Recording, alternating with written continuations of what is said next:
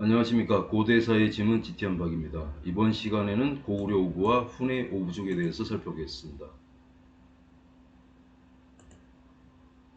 훈 연방의 오부족.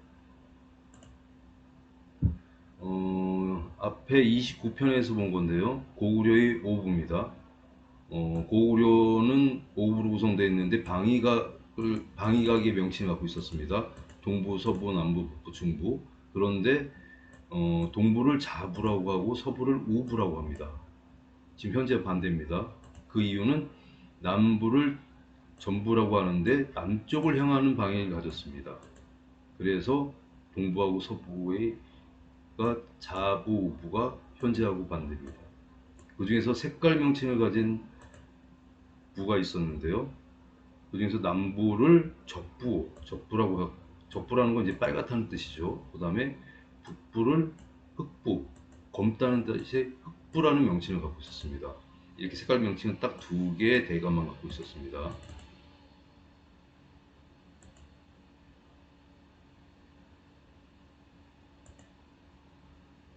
근데 앞에서 그 30편에서 봤듯이 모든 고구려의 역할을 갖다가 훈 제국이 하고 있었거든요. 근데 고구려하고 똑같이 훈도 오부족으로 이루어졌습니다. 이스턴, 그러니까 동부를 갖다가 자부라고 했고, 그 다음에 서부를 갖다가 우부. 여태까지 사산 제국하고 싸운 제국이 있었는데 헤프탈 제국입니다. 이 헤프탈도 거대한 나라인데 이것도 제국인데 이 헤프탈은 훈의 오부 중에 하나입니다. 그러니까 훈은 울트라 슈퍼 제국이라고 볼 수 있죠. 지금 미국보다 더 강대했던 거죠. 그래서 이 헤프탈 제국도 상당히 강한 제국이었는데 이 제국 자체가 훈 연방 오부족 중에 하나였습니다. 오부에 속해 있었고요. 그 다음에 남부를 전부라고 했습니다. 그 다음에 북부를 후부라고 했습니다. 근데 여기서 보시면 동부를 자부라고 했는데 이거는 현재하고 반대죠. 동부하고 서부가 현재하고 반대입니다. 그리고 여기서는 남부를 전부라고 했는데 남쪽을 향하는 방위를 가지고 있었습니다. 또는 그럼 다시 보시면 동부는 자부, 서부는 우부, 남부는 전부, 북부는 후부, 그 다음에 중부는 이게 자료가 좀 미비해서 지금 저희가 확인할 수가 없고요. 동부 지역을 관할하는 대가를 자부, 그 다음 서부 지역은 우부, 현재하고 반대입니다.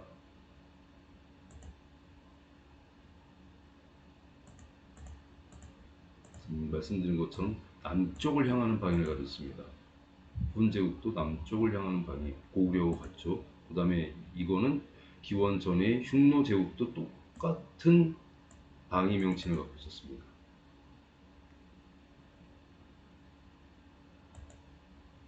훈의 5부족 중 색깔 명칭을 가진 부족.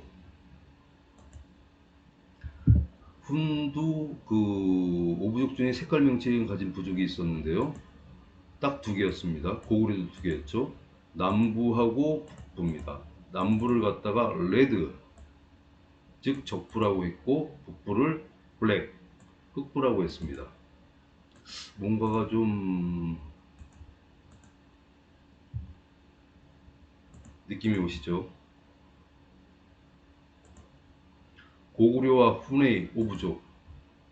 그럼 두 오부족을 갖다가 비교해 보겠습니다. 고구려 오부, 동부를 자부, 서부를 우부, 남부를 전부, 북부를 후부라고 했습니다. 그 다음에 남부하고 북부는 색깔 명칭이 있었는데 적부, 그 다음에 북부는 흑부라고 했습니다. 훈, 동부를 자부라고 했고 서부를 우부라고 했고 남부를 전부라고 했고 북부를 후부라고 했습니다. 그리고 남부하고 북부만 색깔 명칭을 가지고 있었는데요. 남부를 레드, 적부, 북부를 블랙, 흑부. 네, 동일한 구조를 가졌고 동일한 명칭을 갖고 동일한 색깔 명칭을 딱 두 개씩 갖고 있었습니다. 이건 뭐 다르다고 전혀 볼 수가 없고 훈 제국 자체가 고구려라고 볼 수 있습니다. 명칭에 있어서는. 그런데 아까 보신 것처럼 30편에서 본 것처럼 눌지를 건자에 올린 건 고구려였습니다. 근데 사산에서 눌지격 인물을 건자에 올린 왕국은 훈제국이었습니다. 역할이 고구려하고 훈제국은 같았습니다. 그리고 신라 가야 동맹국과 싸운 고구려의 역할은 똑같이 사상과 이베리아 동맹국가 대거란 훈제국이었습니다. 역할도 당연히 고구려 역할은 훈제국이 맡고 있습니다. 또 6세기 초의 사건인데 이 당시 패권국 고구려가 신라 백제 동맹한테 영토를 뺏겼습니다. 똑같이 패권국 훈제국도 사산 투르크 제국도 6세기 초에 영토를 뺏겼습니다. 이건 계속 봐왔던 건데요. 그 다음에 여기서의 역할은 신라는 사산제국이었고 사비백제는 투르크 제국. 여기서 고구려의 역할은 훈제국이었습니다. 이렇게 계속적으로 고구려의 역할은 훈제국이 하고 있었습니다. 그런데 둘 다 오부로 구성되어 있었고 모든 방위 명칭이 동일합니다. 그리고 두 가지의 색깔 명칭을 갖고 있는 부도 남부, 이쪽도 남부, 완전히 명칭 자체가 똑같이 되어 있는 오부로 구성되어 있습니다. 훈도. 그럼 역할과 이름이 동일하면 훈과 고구려는 당연히 동일한 왕국입니다. 이렇게 되면은 지금 여태까지 사산제국을 할 때 우리가 의문시했던 왜 계속적으로 헤프탈이 왜 고구려 역할을 했나? 근데 헤프탈은 훈의 오부 안에 들어있던 제국이었고 훈 자체가 고구려였기 때문에 고구려 역할을 갖다가 당연히 할 수밖에 없었던 겁니다. 즉 사사는 신라, 그 다음에 고구려는 당연히 훈 제국이었던 것입니다.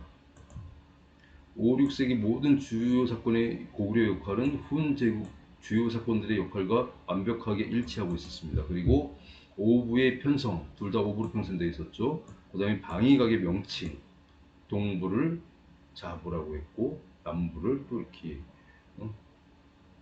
했던 것 자체가 다 똑같고 색깔 명칭도 딱 두 개가 갖고 있었는데 남부하고 북부였었죠. 이 명칭도 적부하고 흑부로 동일합니다. 즉 완벽하게 일치합니다. 고구려는 바로 훈제국이었던 것입니다. 사산제국과 동시대 인도 대제국과 동시에 존립해서 동시에 대립했던 헵탈리트 왕조는 대가의 자격을 지닌 고구려 5부 중 하나였던 것입니다. 이렇게 되면 신라는 당연히 사산제국이고 고구려는 훈제국이었습니다. 그럼 여기서의 역할을 보면 신라하고 백제가 고구려 즉 훈제국을 갖다가 영토를 차지했는데요. 여기서 중앙아시아에서 사산과 투르크가 이 역할을 그대로 했습니다. 그렇게 되면 당연히 사비백제가 투르크제국이라는 게 다시 한번 검증된 것입니다. 고구려는 훈제국이었고 신라는 사산제국이었습니다. 그리고 사비백제는 투르크제국. 다음 편에는 북이와 싸운 백제 편을 할 건데요. 여태까지 북이하고 백제가 어떻게 싸웠는지 우리는 알 수가 없었는데 정확하게 그 진실을 다음 편에서 밝혀보겠습니다. 고구려의 오부와 훈의 오부족 편을 마치도록 하겠습니다. 감사합니다.